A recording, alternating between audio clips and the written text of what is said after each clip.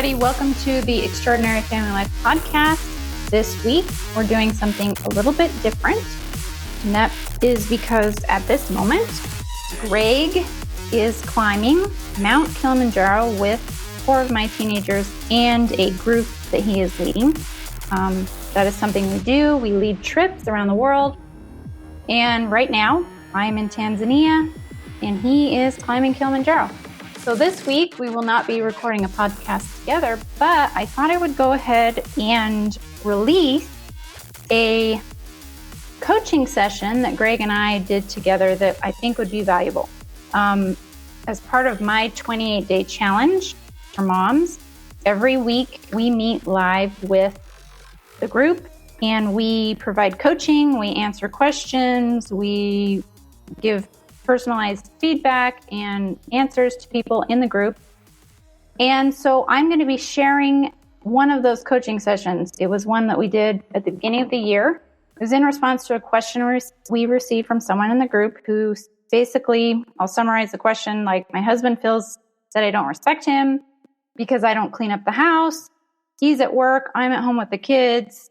I feel like I can't do it all. Like, how do we resolve this? It's been a major disagreement between us for a long time. And so that's the major question that we're answering in this coaching session.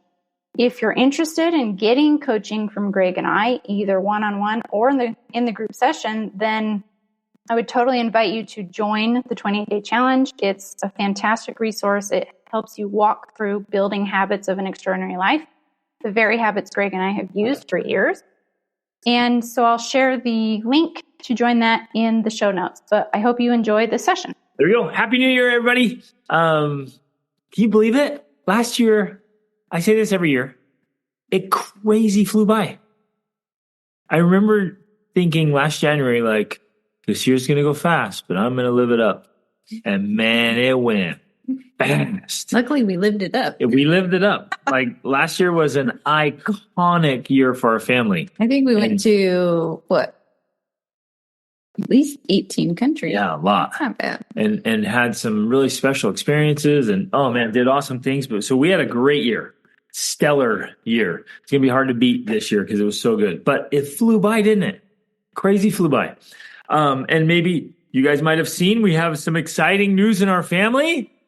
On the very last day of 2023, which we realized was 1, 2, 3, 1, 2, 3, right? 12/31/23. Isn't that cool? 1, 2, 3, 1, 2, 3. Our daughter got engaged on the top of a sand dune in the middle of nowhere in the Sahara.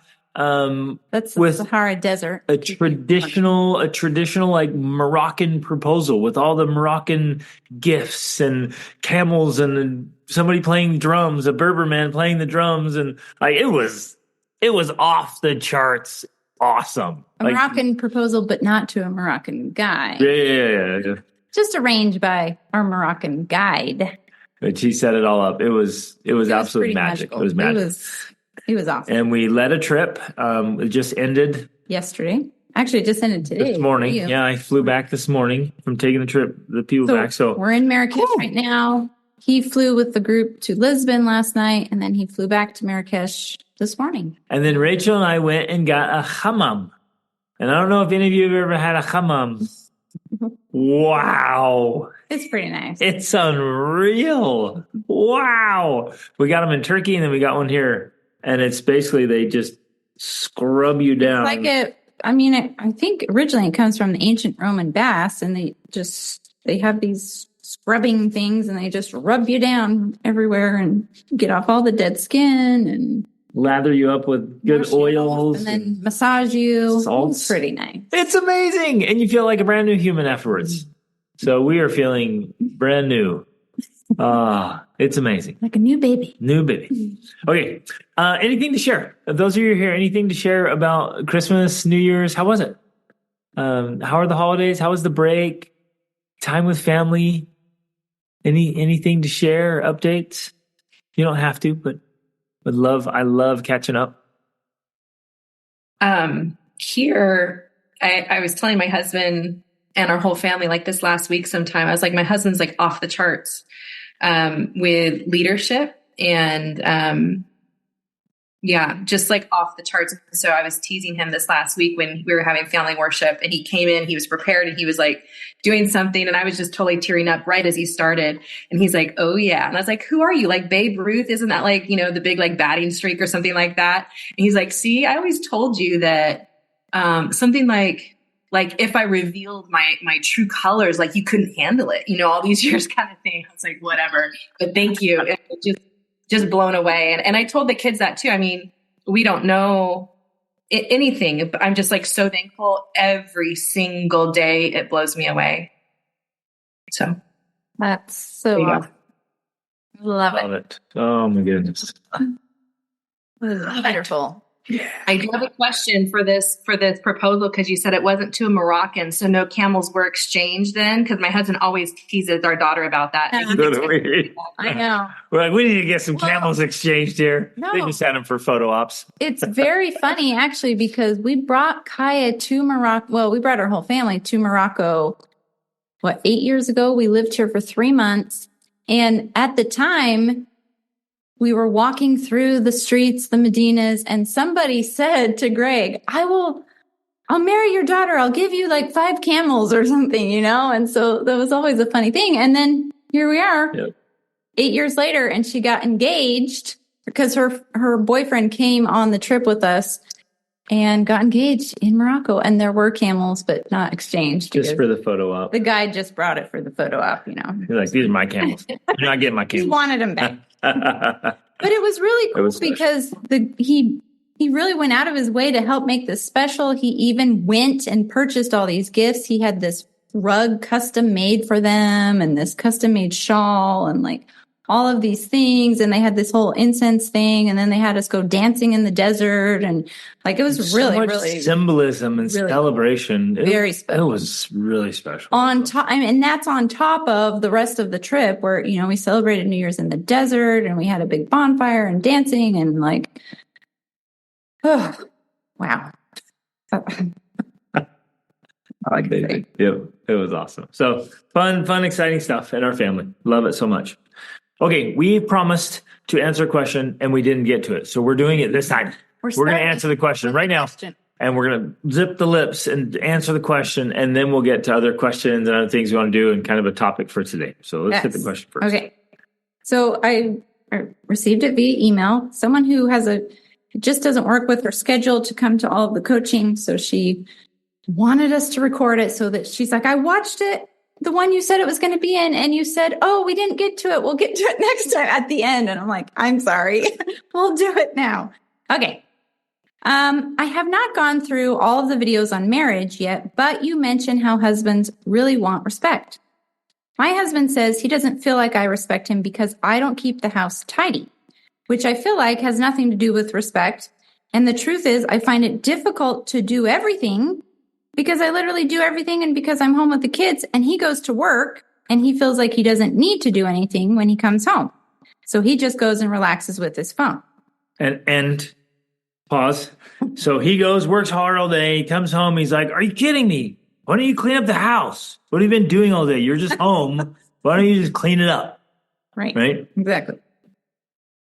I can admit I can get better. And I'm trying, but the worst part is I can't even mention that it's difficult because he feels like I'm ungrateful because I can be at home taking care of the kids, still trying to figure out homeschooling and how to be more efficient with managing the home, and the kids are still so young. Okay, well, I got to pause there. Young kids and homeschooling, 2 full-time jobs. And he's like, why didn't you clean the And sometimes I'm like, I did clean the house and they literally messed it up 5 minutes before you got home. I actually cleaned the house 3 times today. Thank you very much. Because the kids are little. Right. Oh, it's so funny. I feel like the only thing to do is just get better myself because there isn't really anything else I can do. But it's affecting our marriage. What are your thoughts? Oh, we got lots of thoughts. Wait a minute. Yes. But there's something really important here. There's several important things. She says it's difficult to bring up because he will feel like I'm ungrateful. So obviously there's more there that we don't understand. There's lots and lots of details. There's always many layers, of course. It's interesting. It seems like he doesn't necessarily like that he has to go away. he has to leave the house. And if she says, well, he's like, hey, well, at least you get to be home. You don't have to leave, right? Or maybe he doesn't feel, maybe he's resentful that she does stay home instead of working. Maybe that's another option. Right. He wants her to be working as well, maybe provide additional income. So it does seem like there's something there, maybe some resentment or misunderstandings that are saying, oh, well, if I talk about how hard it is to be at home, he's going to feel like I'm ungrateful because he's at work, which probably to him is also hard. Right. He's at work. That's hard. So he thinks your job at home must be way easier because you're at home. And as always, you guys, we're not just answering her question. By answering her question, we're answering a lot of questions. And so your specific thing, maybe yours isn't about house cleaning. It's about something else, but take the issue here and just walk through the principles with us. So, obviously there's some misunderstanding here. Like, she's not entirely understanding what his day is like. And he is definitely not understanding what her day is like. So like right out the bats there, or right off the bat, or right out the gates, I'm combining two metaphors that don't even make sense to anybody. But I want to say, are you communicating effectively with your spouse about what your day-to-day life is like? And I remember this being challenging for me and for us early on. Because it's really easy for a man to go away and do all this work and work hard and deal with all these people and all this stuff and come like, you don't know what I had to deal with. I just need to relax. And I sit down, I'm like, you've been home all day. Like, relaxing. You couldn't even pick up the living room so I could like sit down and have a clean room? And why isn't dinner ready? Like, you've been here literally all day. Like, you were awake when I got up and I don't even get dinner or a clean house. This is ridiculous, right? Like, total miss. And then she would be like, why didn't you come home and ask about my day? And tears were shed. And like, I had a hard day. I had the kids and I was dealing with, I'm like, they're just little kids. How hard can it be? And it's a few toys and things. Are you kidding me? 8 hours and you can't pick up a few things and make a simple meal? Like, just total miss. And I remember when we were working through this, and I was like, oh, okay. But when we begin to understand each other better and understand what our lives are like and what we're dealing with, it's a total transformation in how we communicate and how we our expectations. Well, I think she's obviously off to the right start here by saying, I feel like the only thing to do is just get better myself. In a lot of ways, that is the only answer ever, because we can't change our spouse. We can only change ourselves, right? And we all know that. I think the hardest part about that is eating that humble pie, or sometimes swallowing our pride.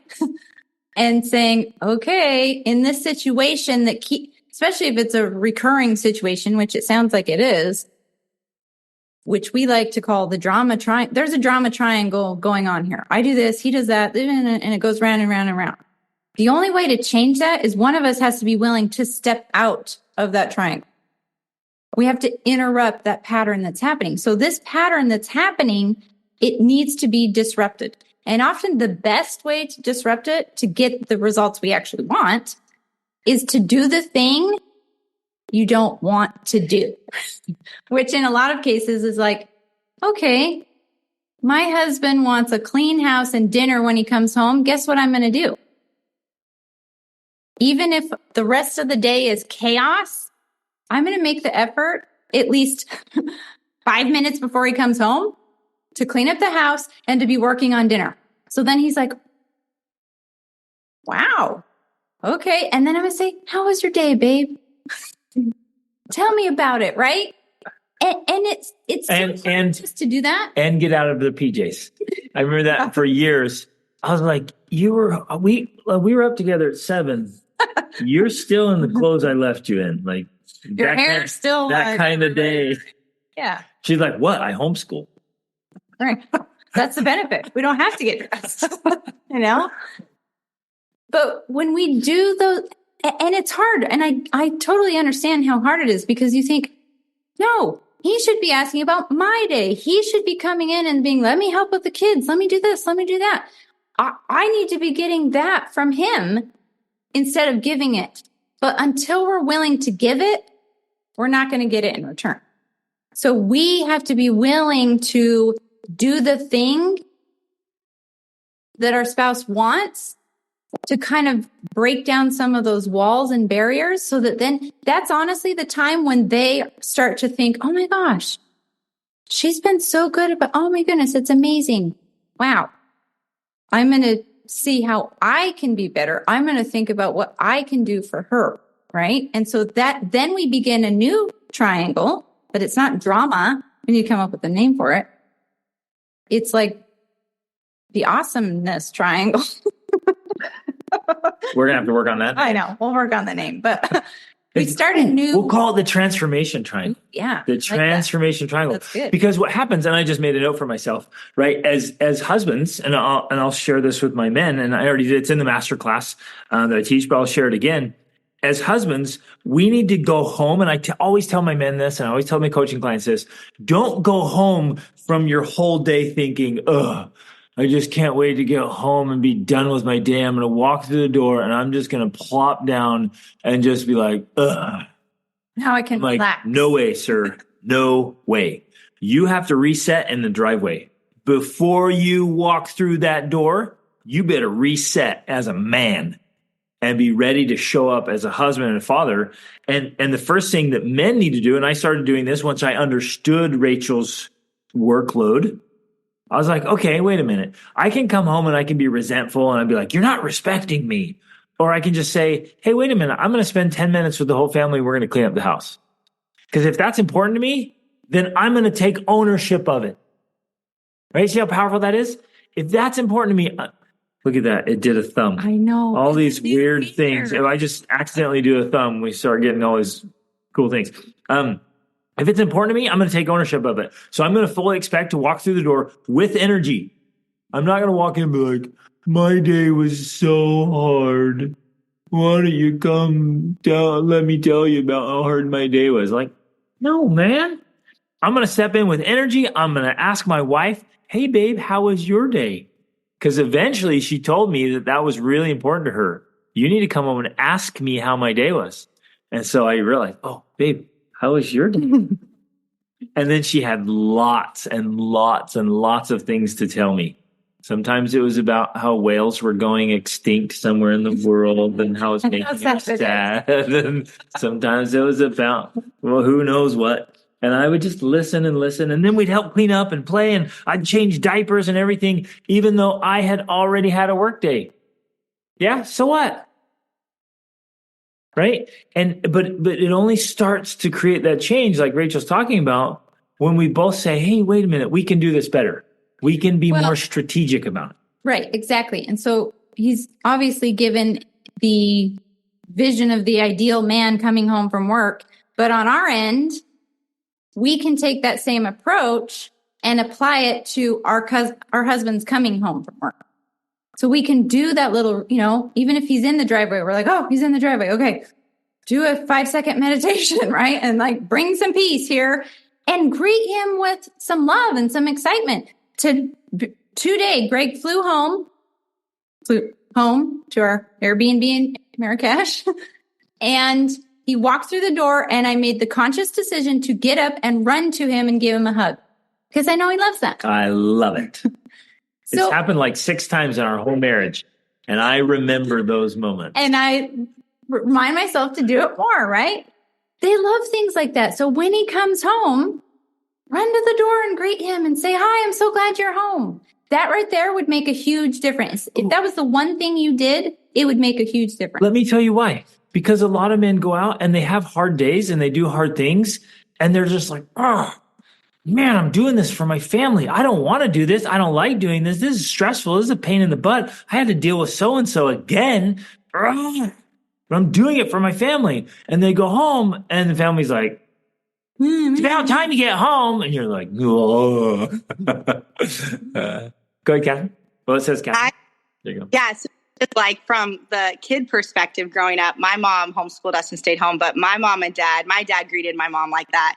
And I still remember it. I got 4 kids. I'm 38, but like I'm in a relationship and I think about that. We don't live together or anything, but it stood out as being the kid, the way that my dad treated my mom and or my mom get up and go greet him. They both did a great job of just stopping what they were doing and acknowledging each other. And that really did something for the kids. So anyone out, like we all probably have kids, but like that really does mean something, like a lot. Hands down, that is one of the things I remember the most about being at home. And it was great. It felt great. So to watch that. Yeah. Thank you. We didn't even bring up the kids' perspective. Right. The kids see it. Mm-hmm. They have to. Yeah. And it's fun. It's like, you're like, I want to be treated like that. And I want to treat someone like that. That's really what it does. So yeah. Absolutely. Yes. That's such a powerful perspective to bring into this discussion, because not only is it going to change the dynamics in your relationship and start that transformation triangle or harmony triangle, like Lynette said. That's beautiful. I like that. It's going to improve the kid's perspective of your whole relationship. And that's just one very simple thing you could do, right? You get up and you greet him when he comes home. But what if, hypothetical scenario, you're like, oh no, you guys, dad's home. Oh. Okay, everyone, like, act like you're happy. Everyone, pins and needles, don't do anything that might upset dad. Right. Or whatever. Like, what's that showing? What's that training? What's that conditioning? Right. We have to be cognizant of what we're training them to see and expect and think. It's just really powerful. Well, and I'm glad you mentioned that, because a few minutes ago when I said, one thing you can do is when he's coming home, clean up the house and get some dinner going. That's not a helpful strategy if you do it resentfully and stressfully. And, then the kids start talking about the kids' perspective. They're like, oh gosh, I hate it when dad comes home, because mom starts freaking out. I'm like, hurry, clean up the house. No, you make it a fun thing. Like, oh, dad's home. It's like, Mom, what are you doing? You're like, dad's going to come home. I'm super excited. Yeah. But we love to do cleaning parties, put on some music. We're going to clean up the house really fast. So because dad's coming home and we're going to start dinner. You make it a fun thing. Well, and even teach your kids. So here's a perfect example. I love that. When you tell them, hey, you know what? Dad really appreciates a clean house. He loves it when the house is clean.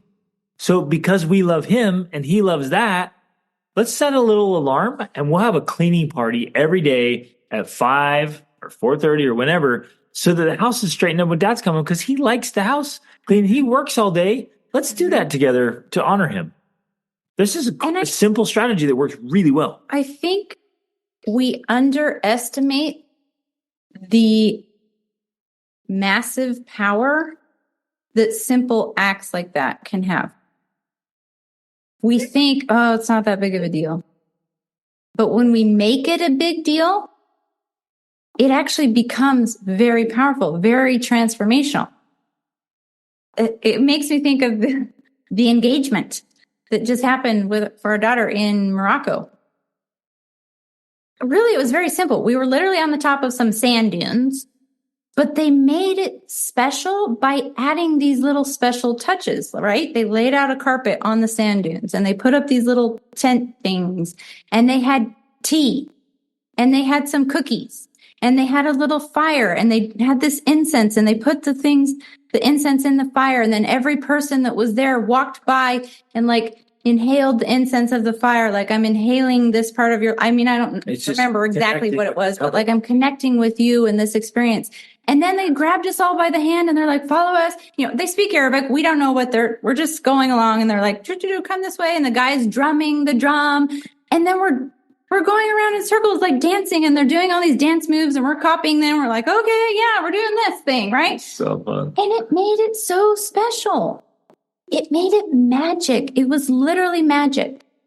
But it wasn't anything big. It's not like there was nothing there that we couldn't reproduce, And so when we do little things like that and make these little traditions and rituals, it transforms family life to become something special and exciting and magical instead of what it is, right?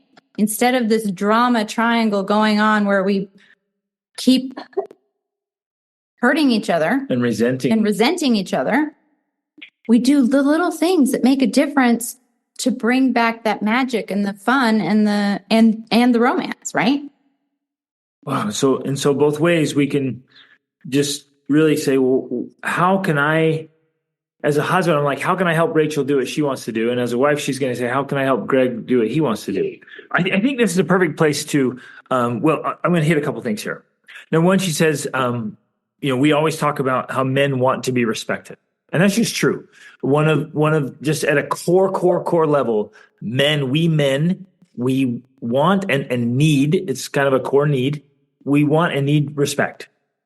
I think sometimes they need respect more than they need love. Yeah. Men just have this need to be respected. It's just in our biology, in our makeup. What's interesting in this particular instance is what's called the hierarchy of values. So people will define it differently, like, how am I respected? Or how am I loved, right? You've heard of the love languages. Like, I just want to be loved. And and I'm doing all this stuff. You're like, well, no, you're not loving me. It's like, oh, I'm totally loving you. And you might say, well, no, you're not loving me how I want to be loved. So Rachel wants to be loved. She wants to be admired and adored. And cherished. Thank you. She whispers to keep telling me what I need to say here. She wants to be cherished, right? But I have to cherish her how she wants to be cherished. Because in her head, she's like, I want to be cherished. And that means this, and this, which is a good thing. But I will never know that. Men are just so terrible at guessing and hints. We are terrible at taking hints, you guys.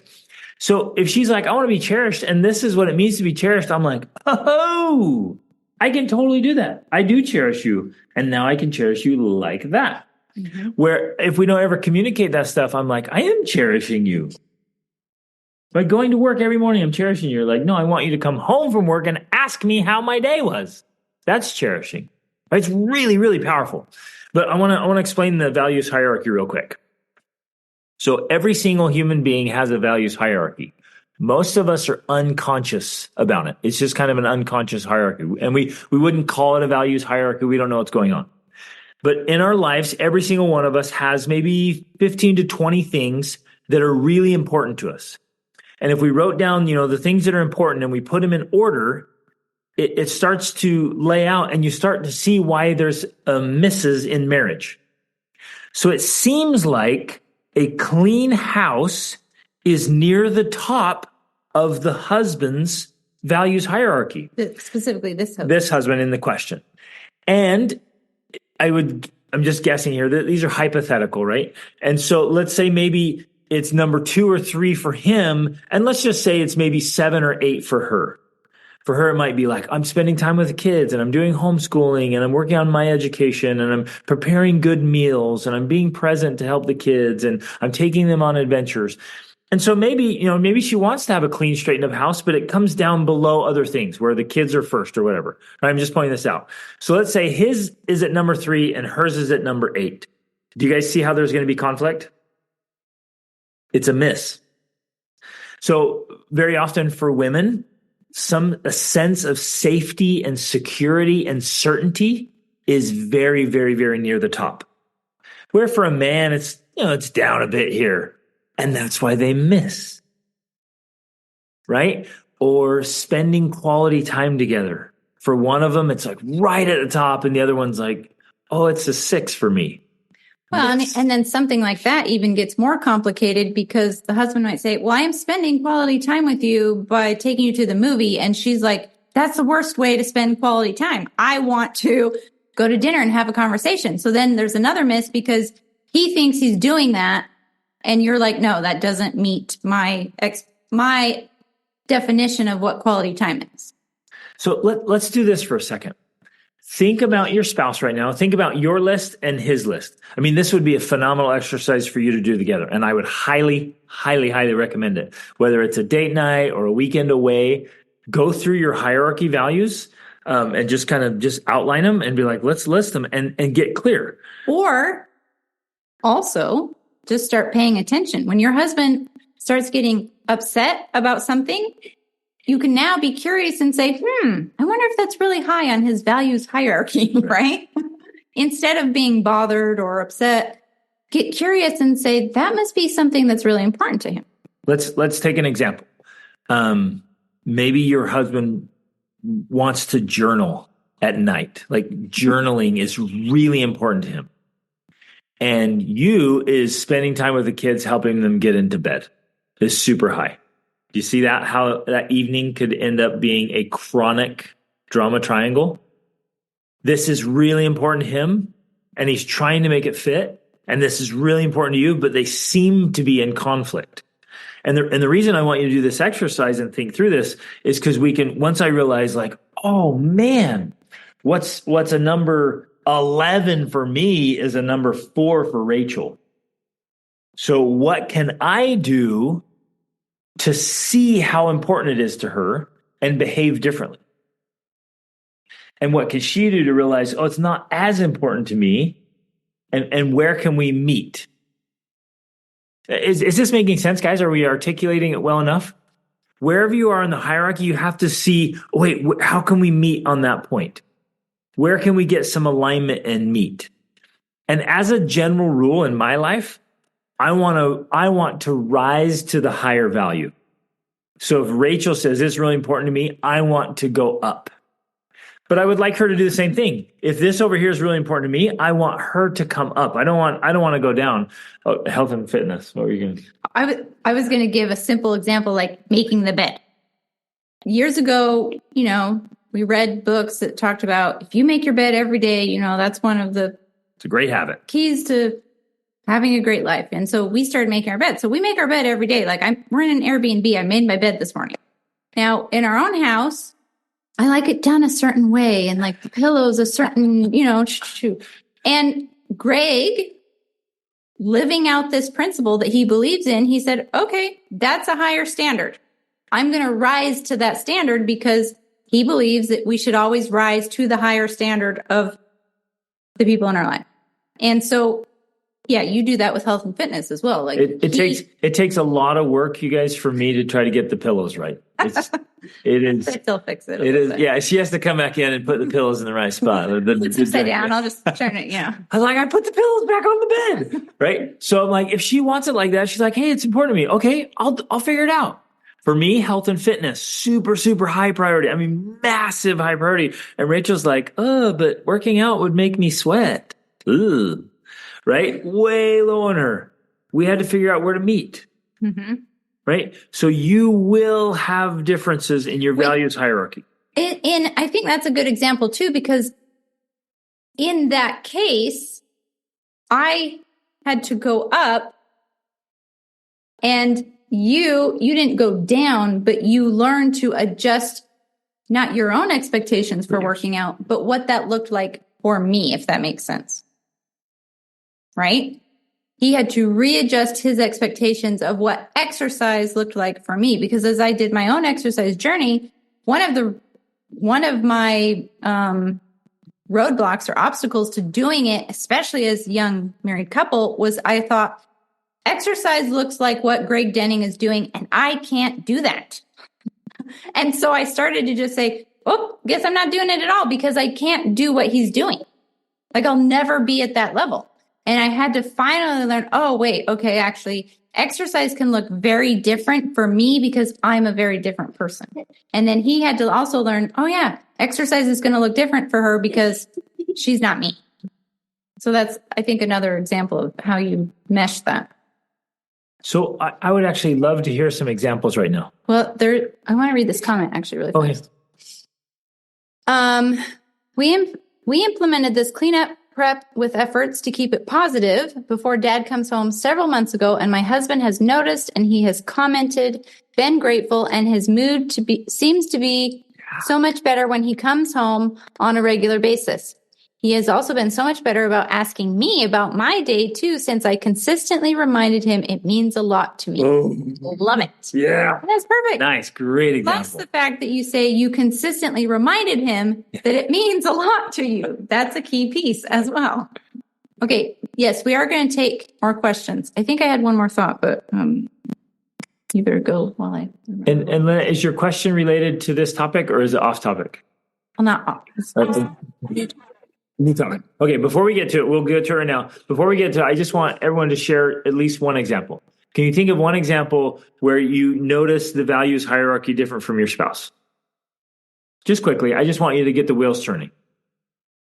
Go for it. Mine's acts of service. So I feel loved when my husband, provides acts of service, and that to him is not as high.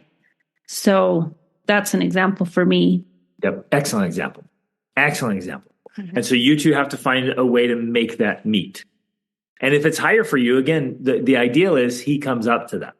Right? Good example. Others? Go ahead.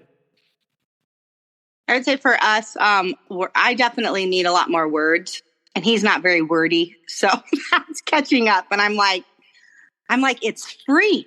And it feels so good. I'm like, isn't that like the easiest thing? So now sometimes I tease him about it because I'm like, I'm a cheap date. I like chicken wings. And I'm like, but I really like it when you say, you're proud of me or I look pretty, whatever might be, right? And he's just, I'm more and more, I'm like, wow, he just doesn't use his words. He's like, my actions speak louder than my words. And I'm like, they do. But I really want both. And, this is hilarious. I was so glad to bring that up. I'm like, yeah, just your words. It's free. I'm like, I could want a nice pair of $1,000 boots, but that's not what I want. I want your words. Yep. And it's so funny because most men are just not wordy. And when you're like, why don't you say nice things to me? He's sitting there going, What should I say? I'm like, just tell me what's in your head. You're pretty. You look pretty. You're pretty. And she's like, is there anything else? I don't. Well, what else? Girl, you. We have an inside joke now. If you've seen Madagascar, it's the one where they crash the plane. It's a cartoon. It's and the female hippo, she sees the guy, Moto, and he's talking to her, and he's like, "Girl, you're huge. Girl, you hefty." And she's like, "Well, what else? You're huge." So that's my joke. That's my now cue to him. Whenever he's telling me things, like, "You're awesome, babe. You're just so great." I'm like, "Girl, you're huge," and he knows. He needs to get more specific. Oh, right. So, you did raise your hand. Do you want to share yours? Wait, she did. Wait, did she? No. Oh, this is related to my question, but I did think one of my things that is very important to me is financial transparency. That's a big discrepancy for us, like financial transparency and like wealth building. And like, I see it as a form of progress in life, whereas he's like, money's not important to me. It's not a big deal. I don't care. And I'm like, I don't care for money for the sake of money itself, but I care about like feeling like we're progressing. And I feel like it's a tool to align our goals. So even if it's like not about the money, like money is an indicator of where your values lie, like where you spend it. And so for me, it's really important that we're aligned in where our goals are. And if something's really important for him to spend money on, like I get that, but I need to understand how important it is. So that's been a big one lately, and that's part of what my question is about. Oh my goodness, that is such a great example. Like, how important is money? How important is how we handle money? Transparency to money. Like, that one is a big, big, big one. So that's a great example. And it reminds me of like religion is a big example. Politics is a big example. Food is a big example. Did I mention religion already? Yes. Sex, right? It's these ones that can be big, big, big deals. For some of you, like sex is going to be incredibly important where there was like, or money here, or religion here, or politics here, or education. Some of you might be like, education is so important. He's like, right? Or vice versa. So find out where those are and then get aligned. And start paying attention. I think at the very least, if you start paying attention to these things, you'll start realizing why you're having some of the difficulties you're having, because you suddenly now have this framework of, oh, we have a different values hierarchy for this topic. Yep. And then you're able to kind of discuss it. And especially if you can share this idea with him and say, I learned about this values hierarchy. And to me, this thing is high on my hierarchy, which even, mentioning the money there, Greg had already talked about how for a lot of women, security and safety, like that's high on our values hierarchy. And for a lot of us, that is connected to money. And so it sometimes comes down to, I don't feel safe and secure unless, we're making this financial progress or whatever. So good stuff. Okay. So let's go to your question. That's perfect. Yeah. That's perfect. Lead it. Segue. This part has been removed to protect the privacy of the group coaching member. Thank you for sharing that. Yeah, thank you. That context was very important. Like I have enough thoughts right now, I could write a book. This is huge. So important. And there's all kinds of underlying things there for you and him. And you guys, it's true for everybody. There's underlying things that don't get expressed thoroughly enough to understand like what's happening with each other. That's why we keep missing. The thing I was going to say, my first thoughts are, at least not just us, but in our relationship, when we figured out that when we're having conflict, there's actually multiple layers of things that are happening. So you can be having a conversation about finances, but it's actually not just a conversation about finances. There's always at least often 2 layers or more. And when you can learn to grasp that and comprehend that, it really helps you to take it apart so that you know what you're actually talking about. Because sometimes we think, we're talking about how to do the finances, but he's talking about these underlying fears he has, and you're talking about this. And so you're not actually talking about the same thing, even though you kind of think you are. And then there's a lot of confusion that arises and you're like talking in circles almost. So when you can begin to identify. He misunderstands the ultimatum. Yeah. You're like, hey, I need clarity. And he's like, he could be, because you guys, every man is going to be a man's greatest sensitivity is about his ability to provide well and to fill that role as a man. And anything out there can seem like a threat to that, like an attack. So I don't know him, but he very well could be sitting there thinking, she doesn't think I'm competent and capable enough to provide. And now she's saying, do this or I'm out. And he's totally misunderstanding, saying, I can't do that. And it feels like this massive threat. And he's like, I'll have to leave because I can't do that, where that's not what you're saying. Right. But he's going to feel super sensitive. And because of his past, even extra hypersensitive about it. Right. And so back to this idea, if when we have conversations with our spouse that are challenging and difficult, at this point now, I'll literally say, okay, wait a second. Are we talking about this, like the actual strategies of how to track the finances? Or are we actually talking about your fear that I'm going to do this? Or are we talking about your insecurities about this? And we can start to separate out in the conversation what we're addressing and then kind of isolate it too and say, you know what, wait a second. Let's talk about this, because I think, we always talk about the underlying issues or the cause of the cause or the source of the issues. When you can get down to the cause, which sounds like it's his insecurities and his feelings of betrayal and all of that, if you can get down to that and have that conversation and address it, it's going to be so much easier to figure out the rest. In fact, sometimes it even becomes a non-issue.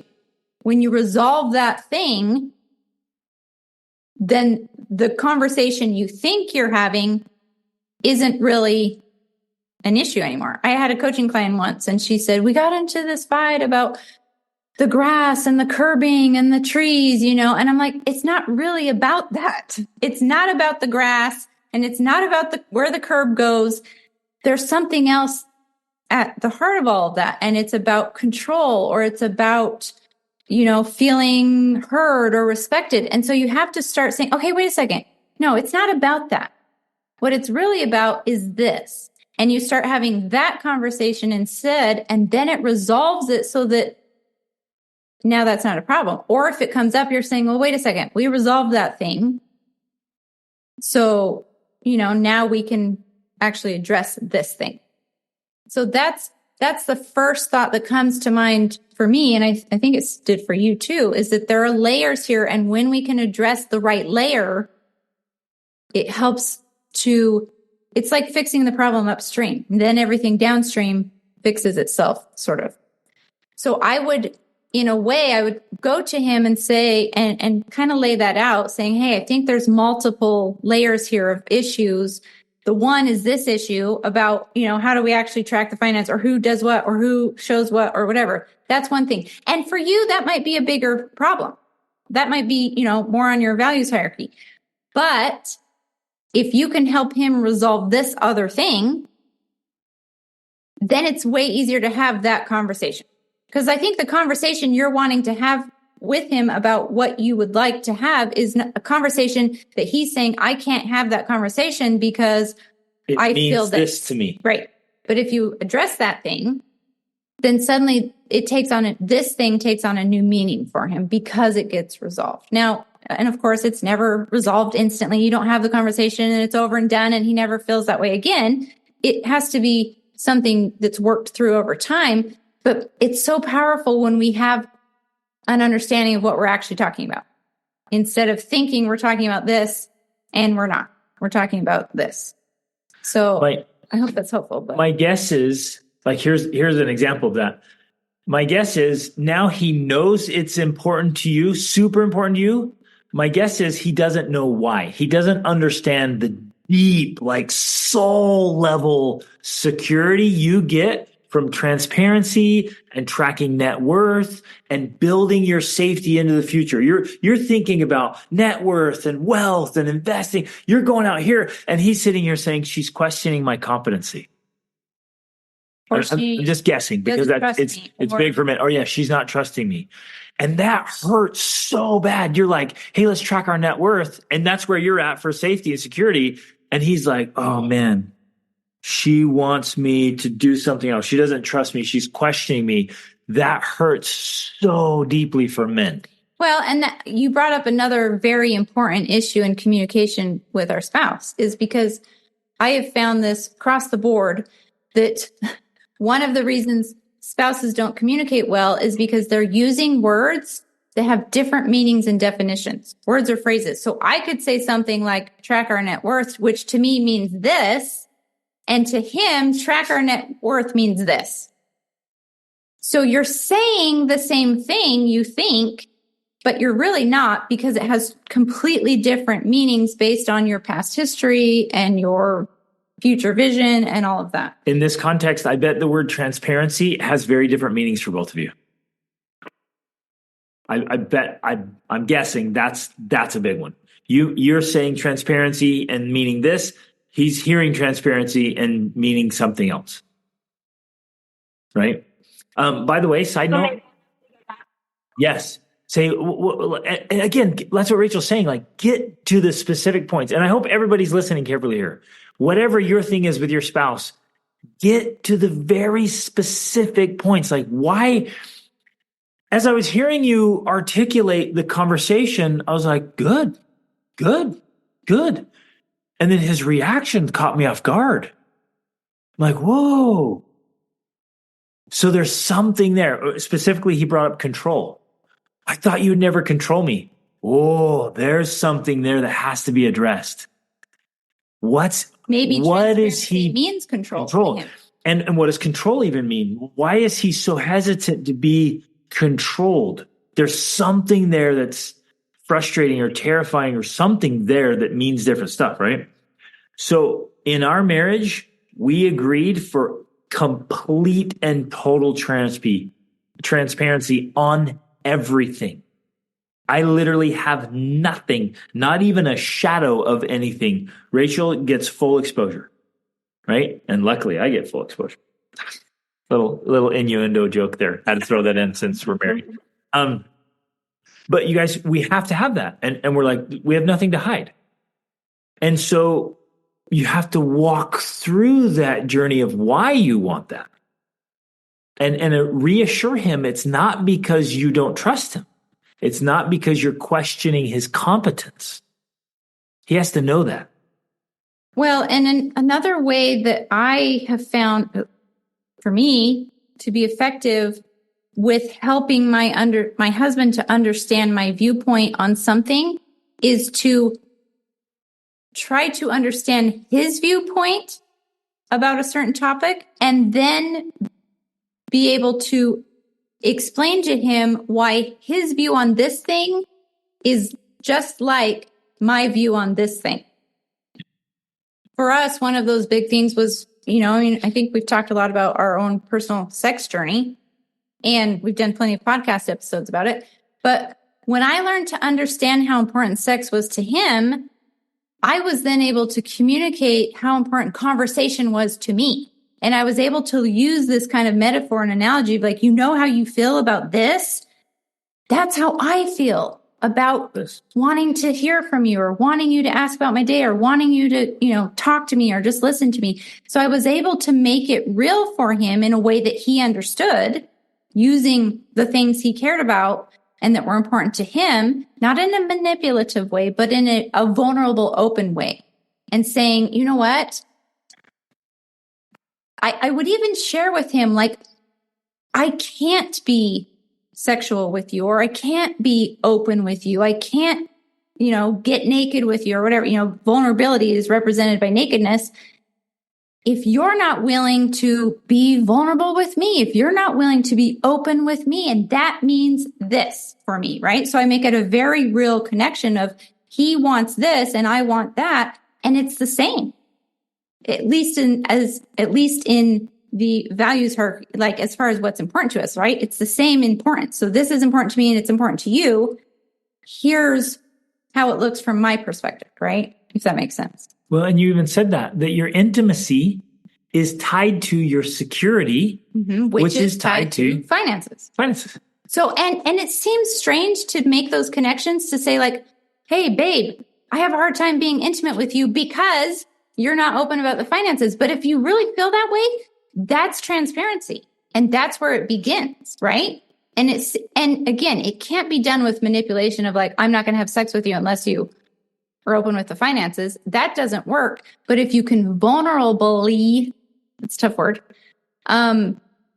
share why it feels more frightening to you, right? And I truly believe there is like even a biological connection there. Absolutely. Women are the reproducers of society, right? We reproduce, we perpetuate society. And in order to feel safe enough on a biological level to reproduce, we have to have certain things in place. We have to have safety and security. We have to be provided for.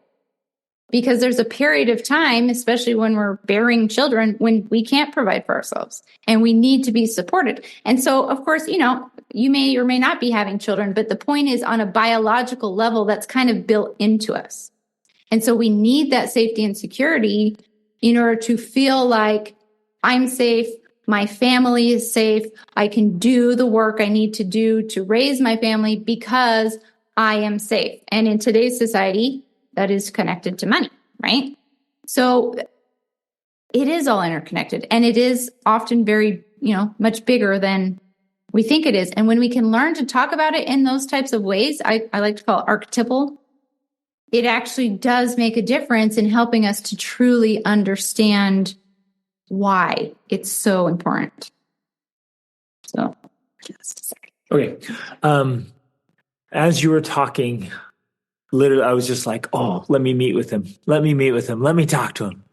Because this is what I get to do every day. And I'm just sharing this for everybody in this context. Whenever there's, every one of us has a story. And when we can address elements of the story, like there's a healing that takes place, and a lot of the sensitivities or the problems become a non-issue. So if I could talk to him or somebody could talk to him or there's a book or something where he can release some of the past pain, and I mean, that's extreme pain.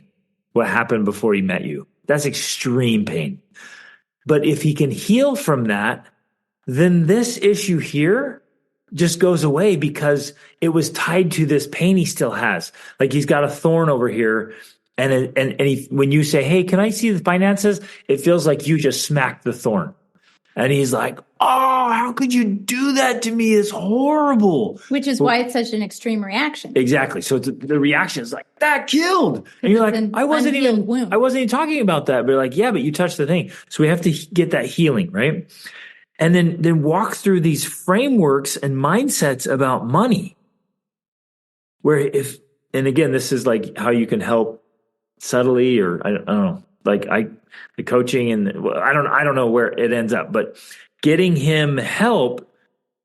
Like if I were to meet with him, and I'm just walking through this, you guys, it's a principle. If I were to meet with him, right, we would walk through resolving past painful issues and setting up a new mindset about money, where I'm like, look, I'm just going to crush it. I'm just going to absolutely crush it in abundance. I'm going to just provide so well and be a phenomenal businessman and do whatever I do. And there's going to be enough money for all the things you want, all the things the kid want, all of our security, safety, whatever. Like I'm just going to dominate here and I don't have to worry about anything. Like here's all the bank accounts. Here's all the money.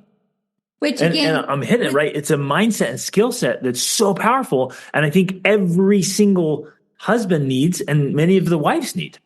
Which again, though, is the level things, because there's the one conversation about the healing, and then there's the other conversation about the money mindset. So again, we're just throwing it out there because with basically every issue we're facing, there are going to be these multiple layers of analysis or levels of issues that we have to, and the powerful point I want to drive home is when we can recognize that, it's so helpful with communication because you're able to say, oh, wait a second, we're not talking about this. Or at least talking about this isn't going to solve the problem. We have to go deeper and talk about this. Now, the challenge is not everyone wants to go deeper. Yep. Right?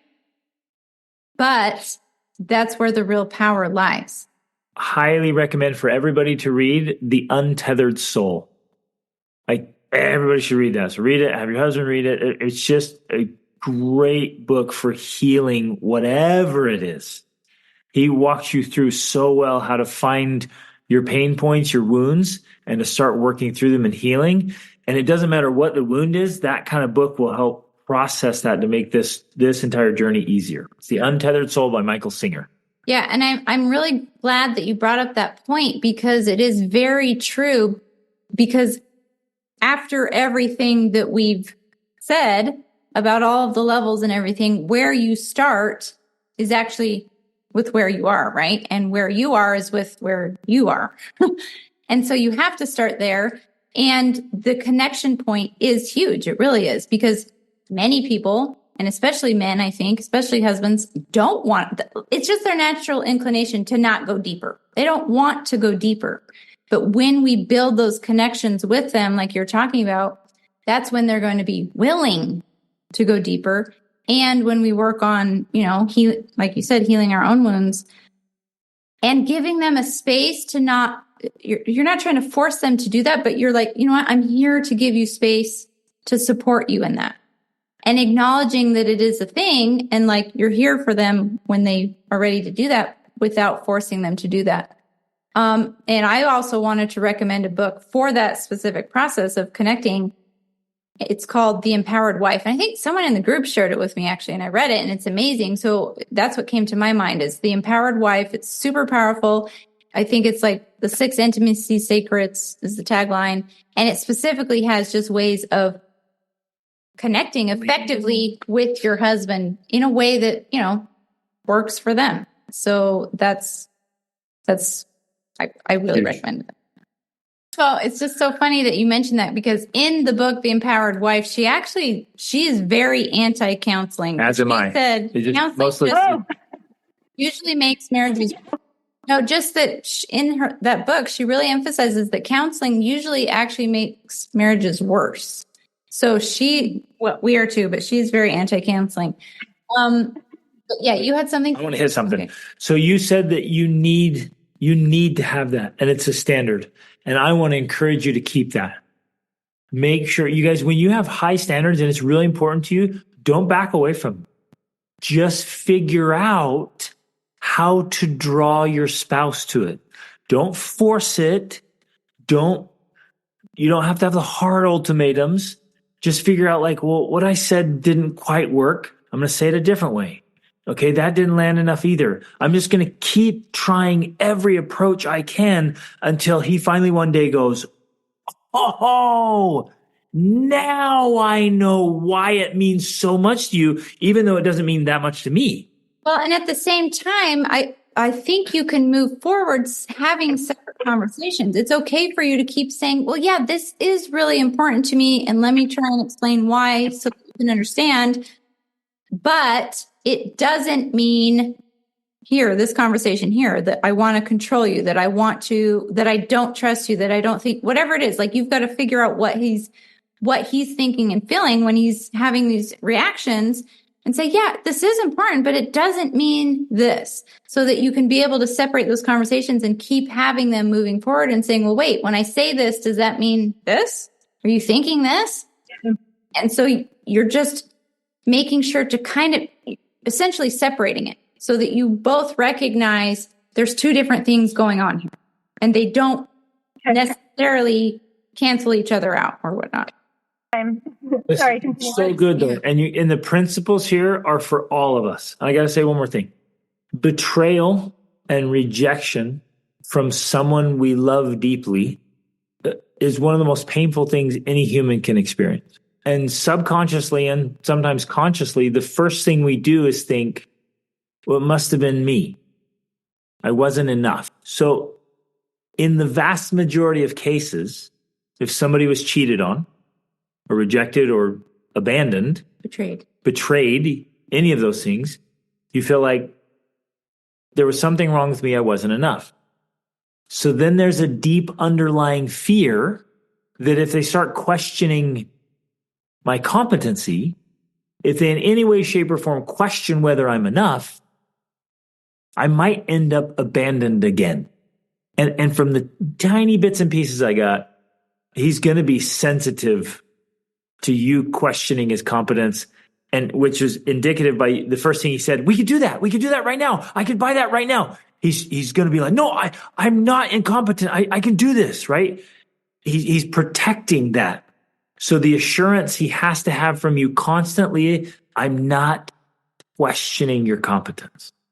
That's going to be huge. Right. Because then he's going to feel like, oh, okay, I don't have to be defensive and I don't have to hide things. I can be open and transparent because she's not questioning whether I'm enough.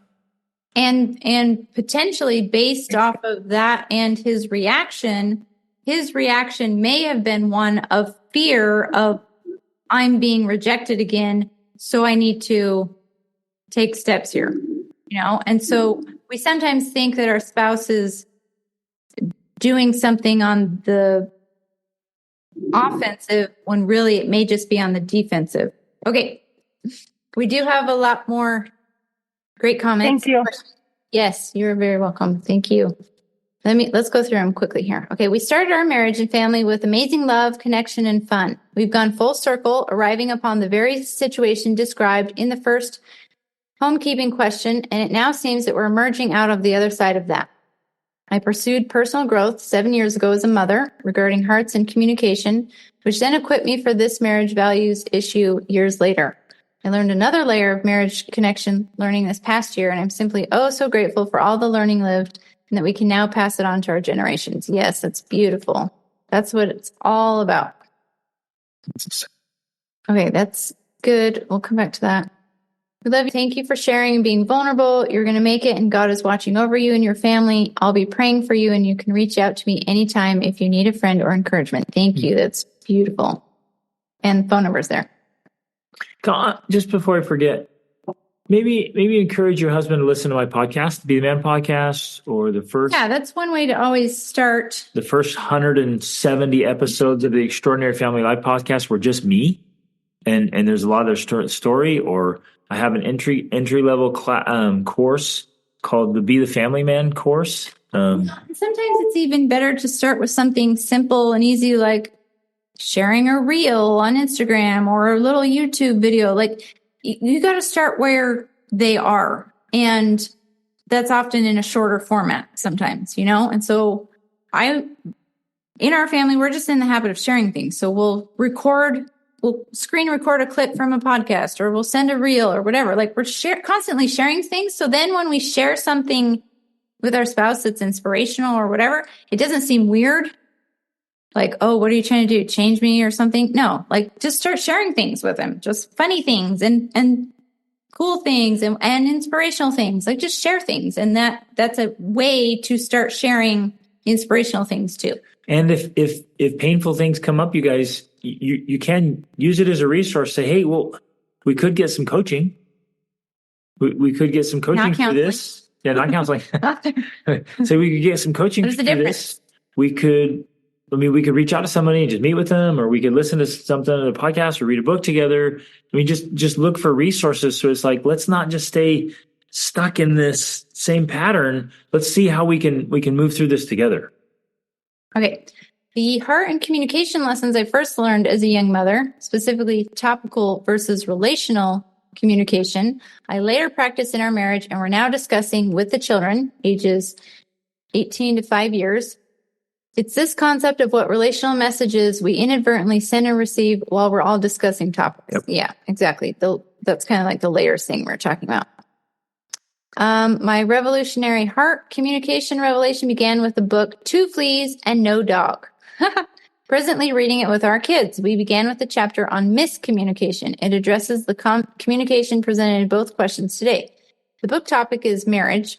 The miscommunication chapter and transparency/intimacy is more is applicable to all or most relationships. Beautiful. I'm part of a global ministry family who's trained to ask God for the beginnings and answers to heal those heart wounds. Greg and Rachel, or whoever else, I can share more information with Greg and Rachel if you wish to know. Beautiful. Fantastic. Yeah. I think, let's see, for tonight, I'm going to answer this other question right here, though, and then I think we'll be done for tonight. Okay, so we're going to switch topics for a second. Okay, my son just went to Morocco with you. And it was amazing. It was amazing. Can you speak more to continuing on the motivation and excitement he felt on the trip? What are some ways that the mother should best educate her teen son since dad is at work all day? How much freedom do they need, etc.? First of all, I want to warn you, because it happens to our children too, that after every trip, there is something known as after-trip depression. It's real. Okay? I call it the post-adventure blues. Yes. We all experience it. After something amazing afterwards, you're like, bleh. So, first of all, know that that's coming and don't be shocked by it. And in fact, don't react to it. But have some sympathy maybe and be like, oh, yeah, I know. I was literally with my, I call it vacation hangover. Exactly. I was literally with my daughter today. She's like, oh, I'm so sad. I'm like, yeah, because the trip's over now, right?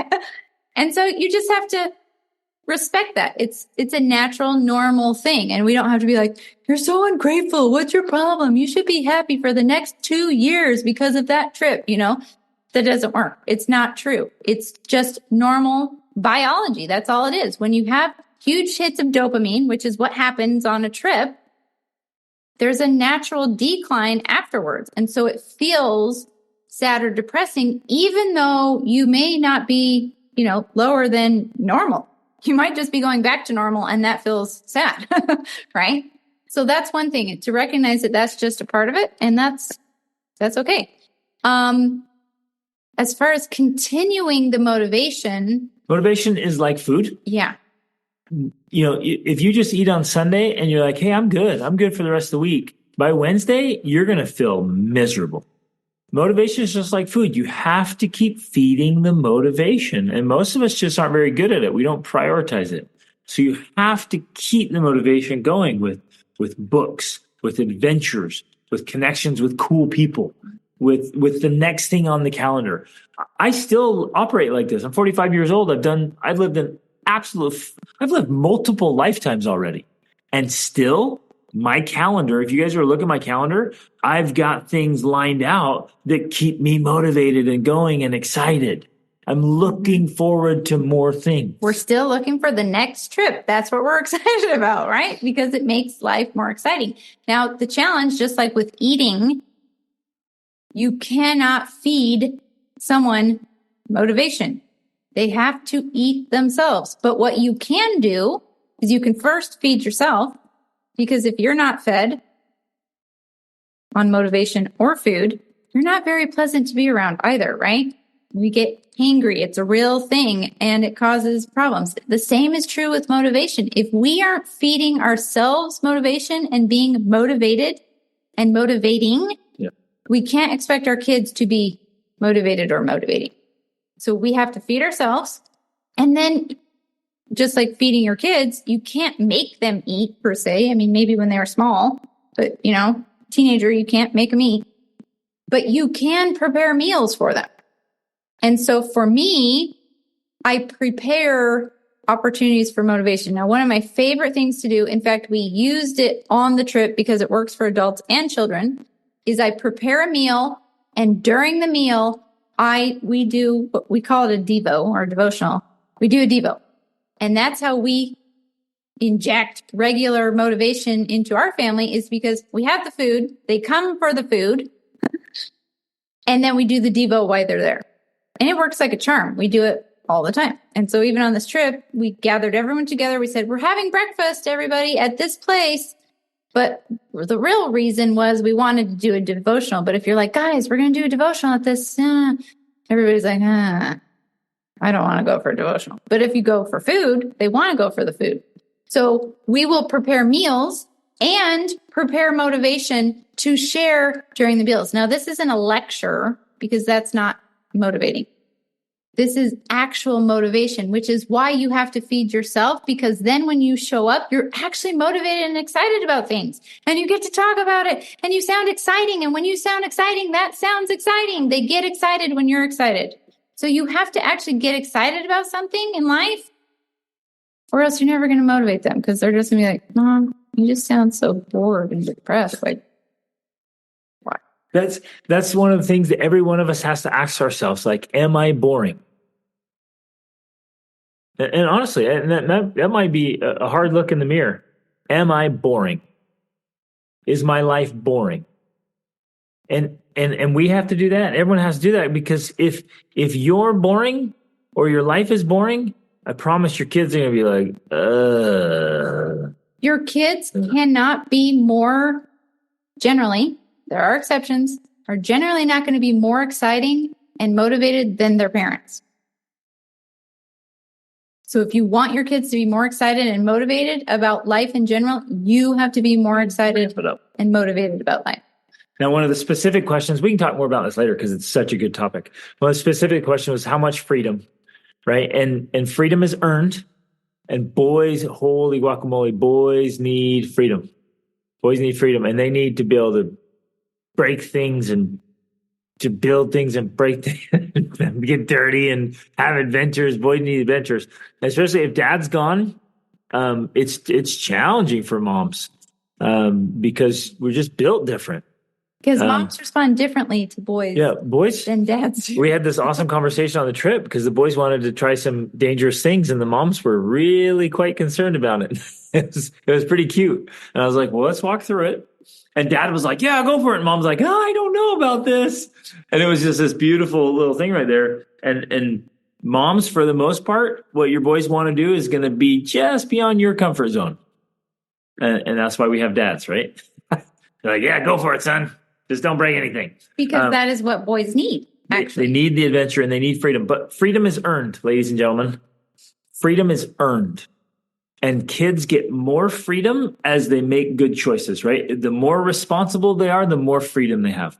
So it's not like, yeah, go for it. You have total freedom because you made horrible choices last time I gave you freedom. It's not that at all. It's like when you make great choices, when you have responsibility, you get more and more freedom. And so as long as they continue to make good choices, they get more and more freedom. And you just keep letting out the line until eventually they have total freedom. Well, and when they do make poor choices, then you pull that line back in, but you have to explain why. I gave you a chance to use your device unrestricted. And as a result, you spend 11 hours on Minecraft. So the consequence is you now have no device access for the next determined amount of time. But when you do get it back, you will have another chance to prove to me that you can make good choices on your device. That's one example of how freedom is earned. Hold back if poor choices are made, but then given another chance, right? They have to try again. So it's kind of that process, as far as how much freedom, it's kind of that process over and over again with whatever area of life that they are currently operating in. Yeah, we should. We'll go. We'll do that. That's so about good. this That's so good. more next time, because what are some ways mothers should best educate her teen? We can definitely talk more about that. Powerful. Okay. Yes, thank you. Great, important topics today. Huge things. I hope you took some notes and some mental notes and some things in the heart and soul. And there's these beautiful things we can work on in our marriages, with our kids, in ourselves, just getting to a beautiful, healthy, whole place where we can just kind of radiate out love and healing and make space. And wherever there's conflict and misaligned values, we can start seeing each other better and start moving in that direction. And it's literally transformational. It changes everything. But we have to be deliberate about getting to those very specific issues and addressing those things. So thanks for being here, guys.